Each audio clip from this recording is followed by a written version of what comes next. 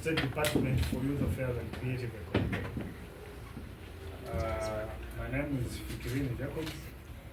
I am the Principal Secretary in charge of the State Department for Youth Affairs and Creative Economy. I am flagged by the Acting CEO for the National Youth Council, Ms. Gloria Owira, on my left. And on my right is the chairperson of the National Steering Committee. It's a committee which was mandated with the responsibility of overseeing some responsibilities around preparation for the NYC elections, but he also doubles up as my technical advisor in the State Department, Mr. George Osaso, on my right. So we are sorry equally for the delay. I had two earlier meetings which was a must for me to attend, but also we delayed a little bit. I hope you find it in your heart to forgive us. So we've called you here today amidst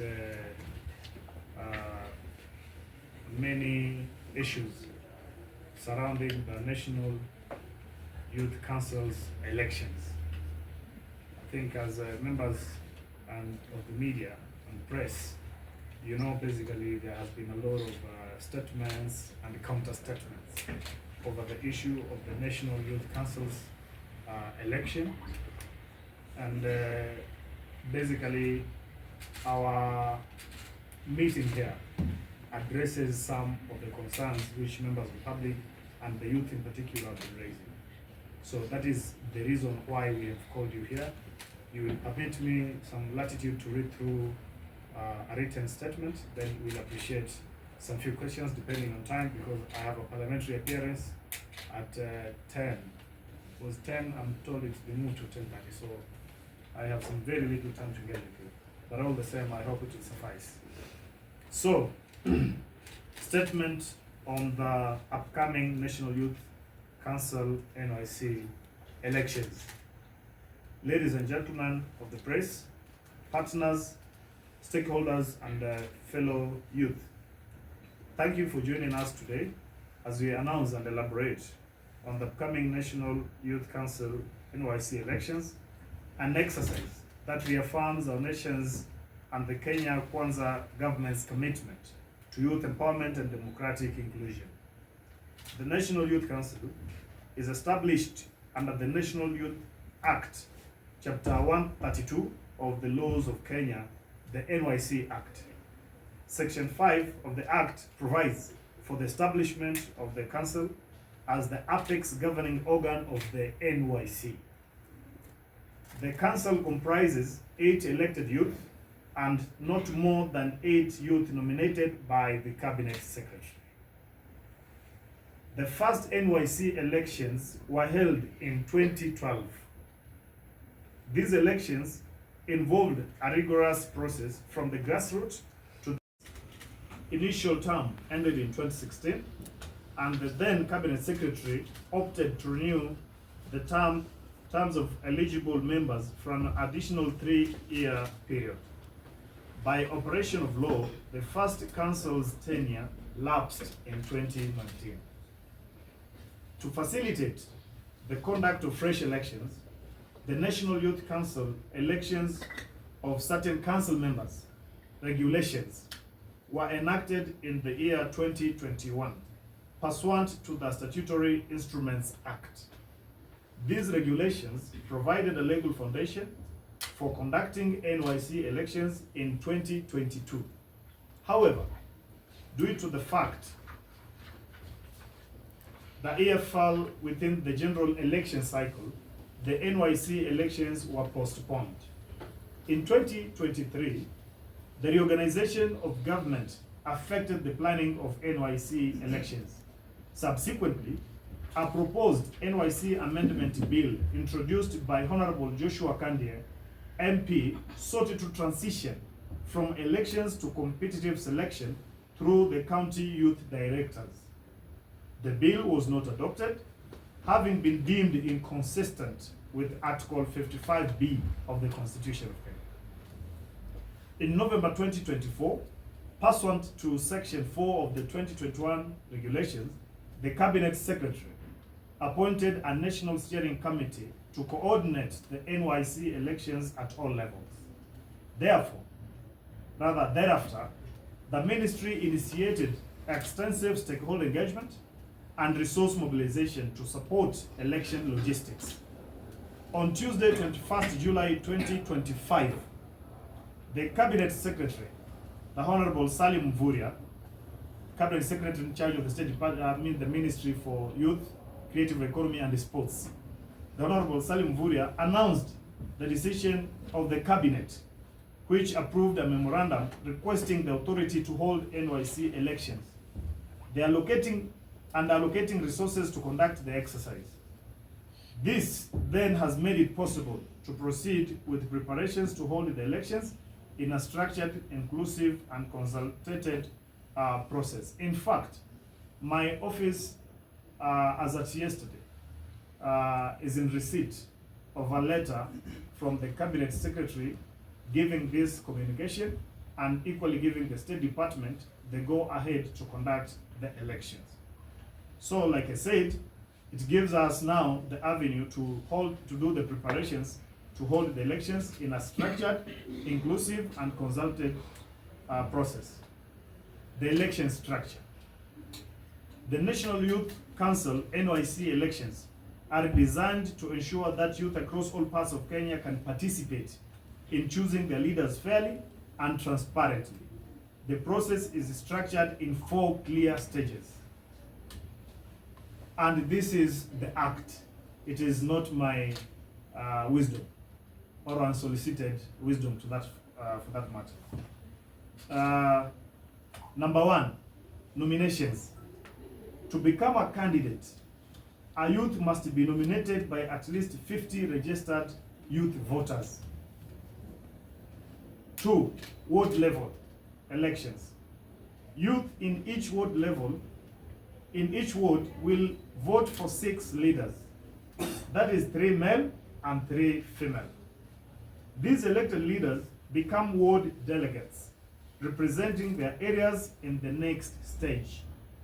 Therefore, a total of 8,700 ward delegates will be elected nationwide, considering that we have 1480 wards in Kenya. Number 3, constituency level elections. All wards delegates from our constituency will elect 2 youth, that is 1 male and 1 female. These become constituency delegates who will represent their region at the National Youth Congress. Therefore, a total of 580 delegates will be elected, covering all the 290 constituencies in Kenya. Number 4, the National Youth Congress. This national level is where the final leadership is elected.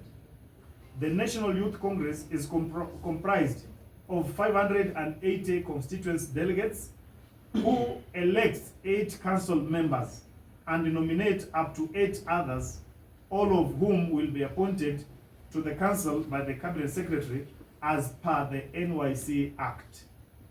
Additionally, the National Youth Congress will nominate 31 substitutes members to ensure smooth governance transition.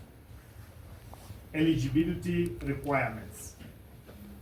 To vie in these elections, a youth must, 1, and this is the regulation, it's not my unsolicited decision or opinion. To vie in these elections, a youth must be under 35 years old on the 31st December of the election year. 2, must have at least a secondary or high school certificate. 3, provide a police clearance certificate or a recommendation letter from the area chief. Meet the threshold of Chapter 6 of the Constitution on leadership and integrity. And lastly, make considerations for people with disability. That is actually a factor which the regulation is very clear about. More information The National Youth Council will continue to publish more information through press, of course, by such briefings, through the NYC website and social media accounts, through the State Department's accounts. And additionally, the Cabinet Secretary will shortly hereafter gazette the election dates. That is the regulation. It has to be gazetted before it can formally kick off. The priority following this announcement will be planning for the civic education and engagement process. This is the law. Just like the other IBC conducted general elections, the NYC election or the NYC Act provides for planning through beginning with the civic education and engagement process, just like another election. So it is as serious as that. Our clarion call to the youth of Kenya. The future belongs to those who step up and lead.